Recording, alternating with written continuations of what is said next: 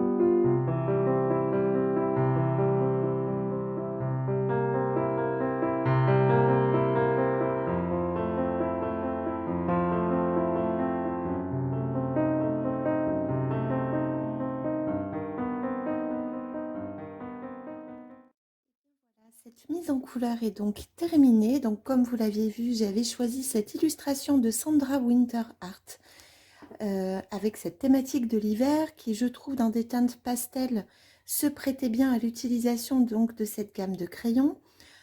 Comme vous l'avez vu, ça a été plutôt simple à réaliser et rapide, très rapide même, puisque c'est extrêmement rare que je puisse faire un colo en une seule fois, en une prise, on va dire. Donc je suis plutôt contente, contente du résultat, contente, je veux dire, de l'utilisation de ces crayons. Alors c'est vrai qu'il reste moins crémeux, donc peut-être même avec certitude, en tout cas pour moi c'est un avis personnel, hein, beaucoup moins agréable à travailler dans les dégradés que la série des Gold. Ils sont un petit peu plus durs et moins crémeux, je me répète. Donc c'est vrai que bon, les nuanciers, les dégradés se font quand même bien, mais c'est vrai qu'on ne peut pas non plus beaucoup multiplier les couches, puisque très rapidement, en fait, on se rend compte qu'on ne peut pas les superposer à l'infini. En même temps, voilà, on n'est pas non plus sur une gamme, une haute gamme, on va dire, dans la gamme des crayons de couleur.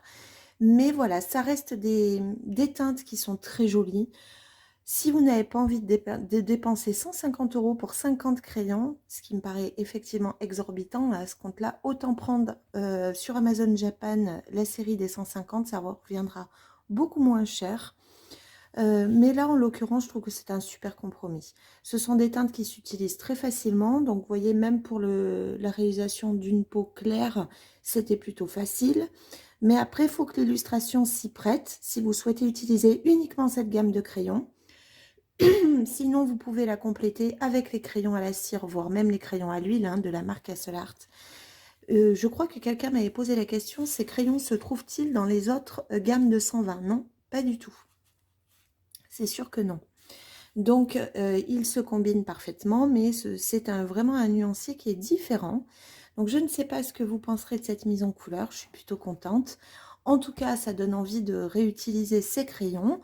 Donc, c'est plutôt une belle surprise. Et puis voilà, que vous dire de plus? Je vous remets toutes les informations en barre de description sur le coffret des pastels, le coffret classique à la cire et le coffret gold à l'huile. Et comme vous le voyez, j'ai broché et intégré donc le nuancier de ces pastels teintes aux autres nuanciers. Donc je les ai mis à la suite des Castle Art classiques que vous retrouvez ici. Mais avant les gold, puisque les gold étant la série à l'huile, je préférais garder les cires à la suite. Donc voilà, et bien écoutez, j'espère que cette vidéo aura répondu aux questions que vous me posiez. J'espère que cela vous aura plu et puis on se retrouve très prochainement pour une nouvelle vidéo. Je vous souhaite une belle journée. Au revoir.